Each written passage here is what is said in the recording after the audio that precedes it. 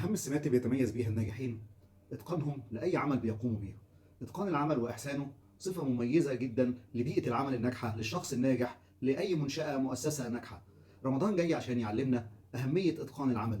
مش المهم إن إحنا نصوم وبس، لكن إحنا بنصوم بمواصفات خاصة، بضوابط خاصة، بمعايير، بمؤشرات أداء. إن إحنا لما بنصوم وإحنا عايزين ندع قول الزور، عايزين إن إحنا نتحكم في انفعالاتنا، نتحكم في المؤثرات الخارجية اللي ممكن تأثر علينا وتضيع علينا الصيام. فنلاقي أحاديث كتيرة بتحدد لنا جودة الصيام بتاعنا، وإزاي نحكم على الصيام بتاعنا إن هو ده صيام متقن، صيام حقق الهدف منه. شهر رمضان جاي عشان يؤكد هذه القيمة العظيمة عندنا، وهي الإحسان وإتقان العمل. إن إحنا تبقى أسلوب حياة مستمر لينا، مش بس ال 30 يوم دول إن إحنا نحرص على إتقان الصيام ونتعود على الإتقان، لكن يبقى إتقان كل شيء بنعمله في حياتنا، في عملنا، بنكون نوصل إلى أعلى درجات الإتقان.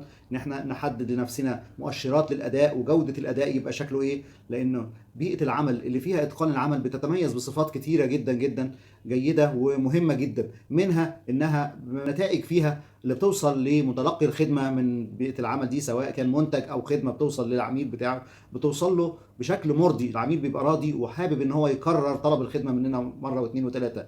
بيبقى العاملين نفسهم في حاله رضاء عن النفس وثقه بالنفس. بيبقى في ثقه متبادله بين فريق العمل، وعلى العكس لما بيكونش فيه اتقان بيبقى فيه تبادل اتهامات، وبتبقى بيئه عمل غير صحيه.